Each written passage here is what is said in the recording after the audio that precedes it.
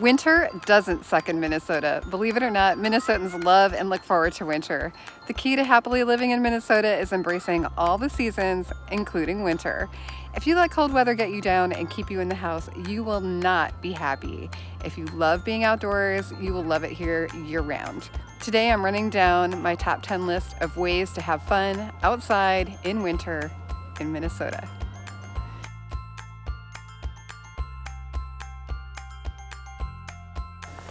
My name is Schumann and I'm a realtor here in the Twin Cities. I love living here and I want to share with you some of the things that Minnesotans enjoy.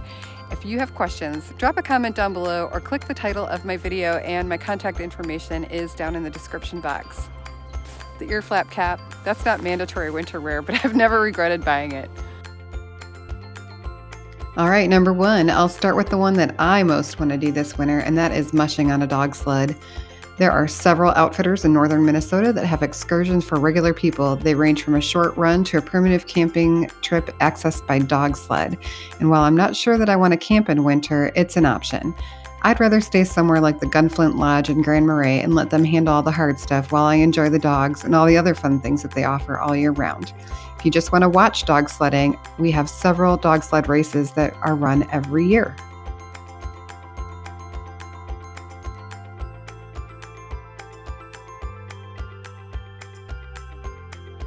Okay, let's bring this down to something closer to home and easier to access for an afternoon out. Why not try snowshoeing? When the snow gets deep, this is a great way to be able to head out and enjoy nature without struggling through snow up to your thighs. The good news about snowshoeing is that you can try it for free through the Minneapolis parks, or you can rent them at various parks throughout the area.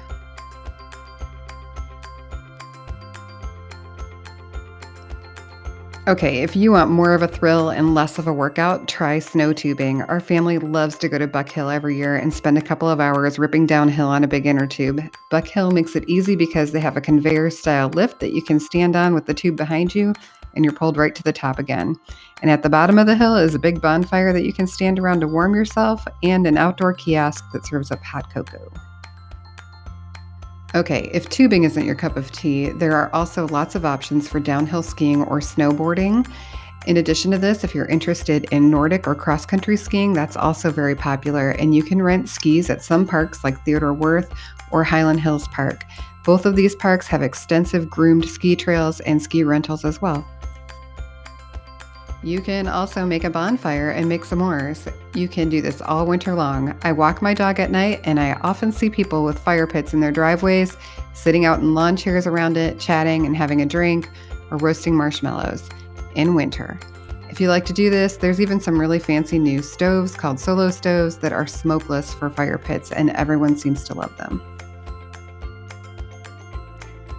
You are never going to find me doing this next one, but a lot of people like to fish, and winter apparently is no reason to stop. So if there is an open body of water with ice on it, you're going to see people sitting out there with their rod in hand. And people here also put up ice shanties and leave them on the ice all winter and hang out there and fish.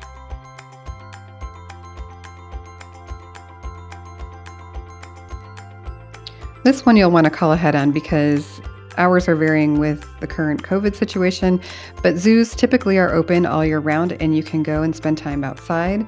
We have two, the Como Zoo, and that one's a cute little small zoo that's free, or the Minnesota Zoo, which is a giant zoo, and it's got restaurants and indoor exhibits as well.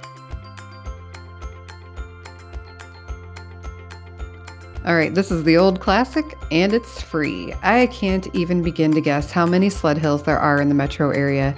I like to make a joke that it sounds like an amusement park at the park next to my house, because the minute there's snow on the ground, that hill is mobbed with kids and adults. No one can wait for this. Another classic, and it's also free for the most part. Almost every park sets up an outdoor skating area in the winter. They flood the field, set up boards for a hockey arena, and then leave lots of extra space around it for free skating. Parks in Minneapolis have warming houses where you can warm up and change into and out of your skates. Lots of families donate skates that they have outgrown, and the warming house has a wide selection of skates to borrow if you don't have your own. You can also borrow hockey sticks or pucks, and at some parks you can rent them if you need a variety of sizes.